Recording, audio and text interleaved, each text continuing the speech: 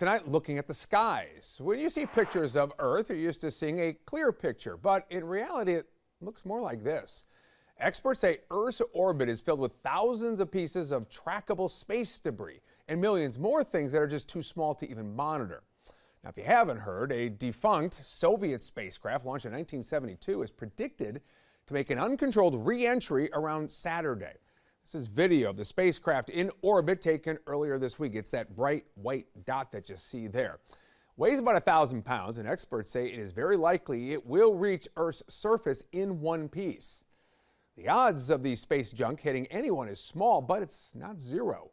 We even saw debris crash down in North Carolina just last year. As Heather Graf explains, we should prepare for the problem to get even worse. It's a 360 view all the way around. Here in the North Carolina mountains, not far from Asheville, sits a private luxury camping retreat. And it's very remote up here. Kind of tucked away in the mountains. Tucked away in the mountains, very quiet, peaceful. Peaceful. Until one morning in May 2024. It just fell right through the trees, right onto the trail. When Justin Klontz, a groundskeeper at the glamping collective, made an out-of-this-world discovery. I had no idea what it was. It's definitely nothing that looks like it's from Earth. And it turns out he's right.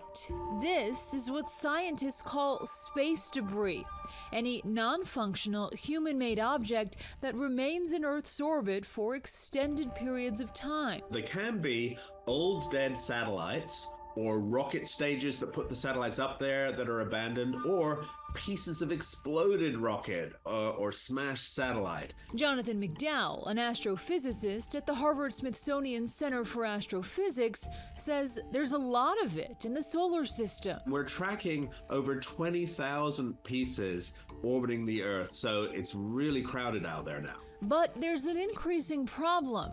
It doesn't all stay out there.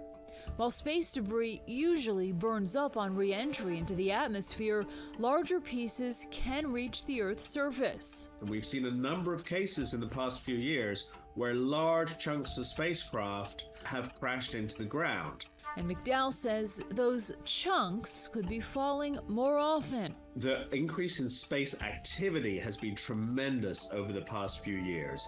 There has been an increase in space debris along with this. According to the National Oceanic and Atmospheric Administration, between 200 to 400 tracked objects enter our atmosphere every year. It's just bizarre looking. Including this piece of space waste. It's about 90 pounds, and it's awkward to handle. NASA has confirmed the debris came from the trunk of a SpaceX Crew Dragon spacecraft.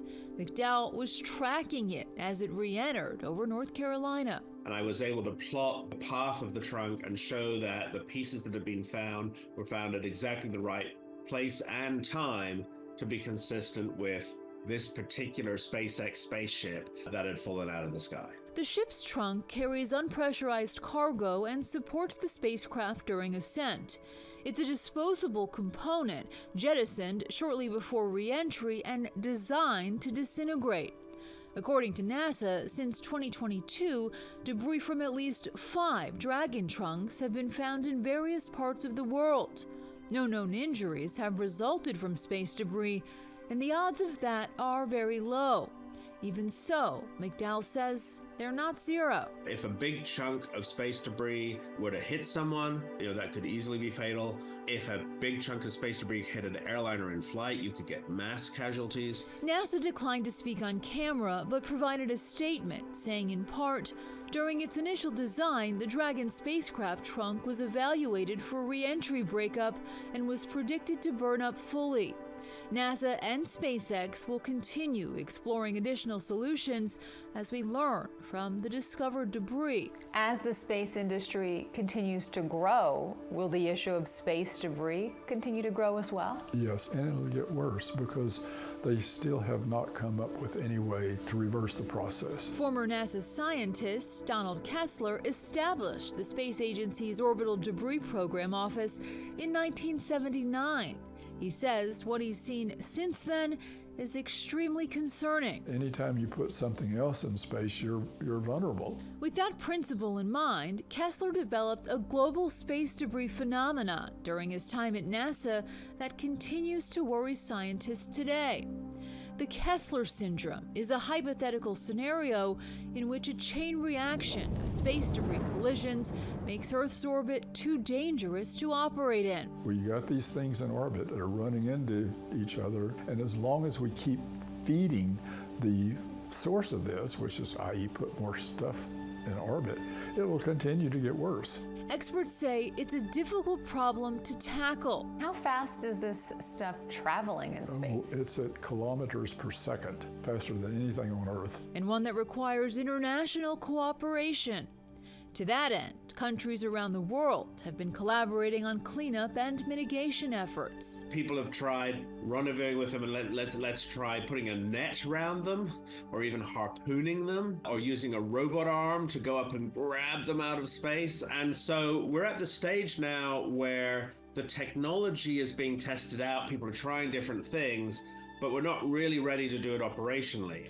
NASA supported a British-led research mission called Remove Debris, which tested some of these innovations in low orbit between 2018 and 2019. And the world's first space debris removal mission has been commissioned by the European Space Agency and is expected to launch in 2028. As we industrialize space, we have to be more responsible about disposing safely of surplus space equipment. Because, McDowell adds, as industrialization increases, You're just lucky nobody was walking through there. so does the risk. Were you like, this could have been bad? It could have been bad, but you know, it just happened to fall at the right time. The right time, and That's in right. these remote mountains of North Carolina, perhaps the right place.